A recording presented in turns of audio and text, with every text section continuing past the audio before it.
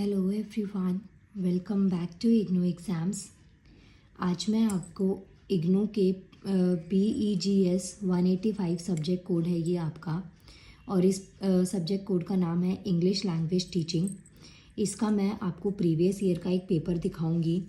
ये जो पेपर मैं आपको दिखाती हूँ रिकॉर्डिंग करके, ये सिर्फ इसलिए होता है कि आपको एक बार एग्ज़ाम पैटर्न का आइडिया लग जाए, प्लस आपको पता चल जाए कि किस तरीके से एग्ज़ाम में क्वेश्चंस पूछे जाते हैं, उनकी वेटेज क्या रहती है, और इस अकॉर्डिंग आप अपने आंसर्स को प्रिपेयर कर पाएँ कि आप अपने एग्ज़ाम में अपने आंसर्स को कैसे लिखेंगे। सो गाइस, स्टार्ट करते हैं। हमारा कोर्स है BEGS 185। यहाँ पे आप देख सकते हैं ये 2022 का पेपर है, प्रीवियस ईयर का ही है। और ये जो हमारा सब्जेक्ट है इसका नाम है इंग्लिश लैंग्वेज टीचिंग। आगे देखिए, 3 आवर्स का पेपर है, 100 मार्क्स का है ये। और इसमें आपको एक नोट दे रखा है कि आंसर ऑल क्वेश्चंस। तो इट मीन्स इस पेपर में जितने भी क्वेश्चंस हैं वो सब के आंसर्स देना मैंडेटरी है। बाकी जो आपके क्वेश्चंस के अकॉर्डिंग चॉइसेस हैं वो आपको क्वेश्चन वाइज दे रखी हैं।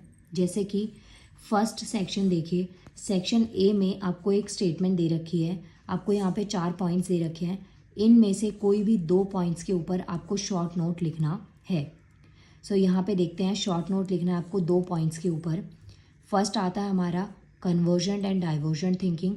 ये आपसे डिफरेंस की फॉर्म में भी समझ सकते हैं और शॉर्ट नोट की फॉर्म में भी आप इसको समझ सकते हैं। सो जो फर्स्ट क्वेश्चन है 10 मार्क्स ईच है, मतलब आपको 2 को एक्सप्लेन करना है, शॉर्ट नोट लिखना है, और एक शॉर्ट नोट की जो वेटेज है वो है 10 मार्क्स। 2 लिखने हैं तो इट मीन्स आपके 20 मार्क्स का ये फर्स्ट क्वेश्चन है। सो यहाँ पे देखिए, convergent and divergent thinking first point, second point, third point और C और D, मतलब ये 4 पॉइंट्स हैं। इन चारों में से कोई भी आप पॉइंट पिक करके किसी भी चारों में से कोई भी 2 के ऊपर आपको शॉर्ट नोट लिखना है। सो ये आपका फर्स्ट क्वेश्चन था। सेकंड क्वेश्चन देखते हैं आप। पेपर ही टर्न नहीं हो रहा, देखिए मजाक तो यहाँ हो रहा है। सेकंड क्वेश्चन देखिए guys, answer any 2 of the following questions. Again आपको 4 पार्ट यहाँ पे दे रखे हैं और इन चारों में से भी आपको कोई भी 2 क्वेश्चंस करने हैं सेक्शन बी में से। 4 में से कोई भी 2 क्वेश्चंस आपको अटेम्प्ट करने हैं। अगेन सेम 10 मार्क्स की वेटेज है एक क्वेश्चन की, और 2 क्वेश्चंस आपको करने हैं तो 20 मार्क्स की वेटेज यहाँ पे आपके पास में हो गई। सो देखिए, फर्स्ट क्वेश्चन देखिए, who are underprivileged learner, what makes them underprivileged. जो अंडर प्रिविलेज्ड लर्नर्स होते हैं वो कौन होते हैं और क्या चीज़ उन्हें अंडर प्रिविलेज्ड बनाती है, ये चीज़ आपको बतानी है। सेकेंड क्वेश्चन है, how would you identify learning disabled children, what does a teacher need to decide before planning remediation. Next question number C पर जो क्वेश्चन आपको दे रखा है, third question is, what are the things to be kept in mind when preparing और choosing material. मतलब कि जब आप मटेरियल को प्रिपेयर कर रहे हैं या चूज़ कर रहे हैं तो उस टाइम पे आपको किन किन बातों का ध्यान रखना ज़रूरी होता है। Next question is, what is IRF structure, what are its main problem. IRF structure क्या होता है और इसकी मेन प्रॉब्लम्स क्या क्या हैं। सो ऐसे आपको अगेन 4 क्वेश्चंस दे रखे हैं और इन 4 क्वेश्चंस में से कोई भी 2 क्वेश्चंस, ये जो नोट है ना इसको ज़रूर पढ़ा कीजिए, क्योंकि कई स्टूडेंट्स क्या होते हैं उनको सारे क्वेश्चंस आते हैं तो सारी अटेम्प्ट कर देते हैं, बट ऐसे मार्क्स नहीं मिलेंगे आपको। ये जो स्टेटमेंट दे रखी होती है ना, जो आपको इंस्ट्रक्शंस दे रखी होती हैं, उसको फॉलो करते हुए आपको अपने पेपर को अच्छे से अटेम्प्ट करना है। नेक्स्ट देखिए, सेक्शन C।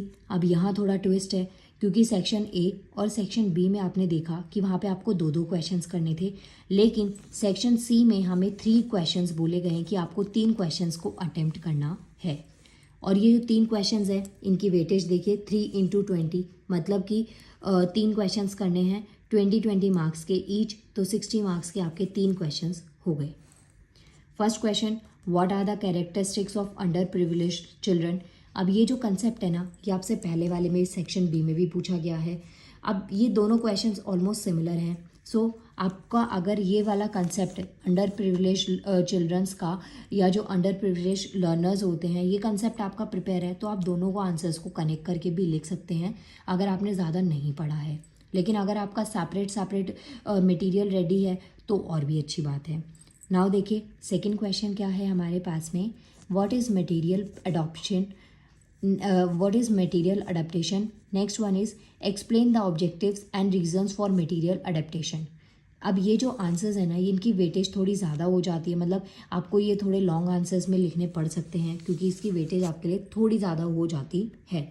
बाकी तो जो क्वेश्चंस हैं 10 मार्क्स के थे, लेकिन ये 20 मार्क्स का है, तो ऑब्वियसली इसमें आपको कम से कम 5 से 6 शीट्स को भरना पड़ेगा।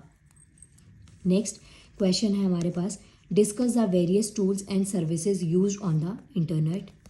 Next question is discuss the features of classroom discourse. जो क्लासरूम डिस्कोर्स होता है उसके फीचर्स आपको बताने हैं। और लास्ट क्वेश्चन हमारा इस वीडियो का, what are the various processes और methods use in evaluation. So इस तरीके से आप देख सकते हैं, ये जो आपका पेपर है BEGS 185, ये मैंने पूरा कंप्लीट आपको दिखा दिया है किस तरीके से आपके एग्ज़ाम में आया था। और ये जिस स्टूडेंट ने मुझे दिया उन्होंने इसके पीछे आंसर्स भी लिखे हुए हैं, तो मतलब ऑब्वियसली बच्चा एग्ज़ाम में चीटिंग करवा रहा था। वेल, आपको चीटिंग के भरोसे नहीं जाना है, आपको अपने तरीके से पढ़ना है, बहुत बेस्ट तरीके से पढ़िए। अभी टाइम है एग्ज़ाम में, आप अच्छे से पढ़ के एग्ज़ाम देंगे तो आपका इग्नू में भी बहुत अच्छा स्कोर हो सकता है। बिल्कुल ये मिथ मत रखिएगा कि नहीं पढ़ेंगे तो मार्क्स आ जाएंगे, और या फिर जितना भी पढ़ लो मार्क्स नहीं आएंगे, ऐसा कुछ नहीं है। आपने पेपर अच्छे से अटेम्प्ट किया है, इंस्ट्रक्शंस को फॉलो किया है, सारे आंसर्स की राइटिंग बहुत अच्छे से लिखी है, जेन्युइन आंसर्स लिखे हैं, तो आपको इग्नू में भी बहुत अच्छे मार्क्स मिल जाते हैं। नाउ मिलते हैं नेक्स्ट वीडियो में। Thank you so much.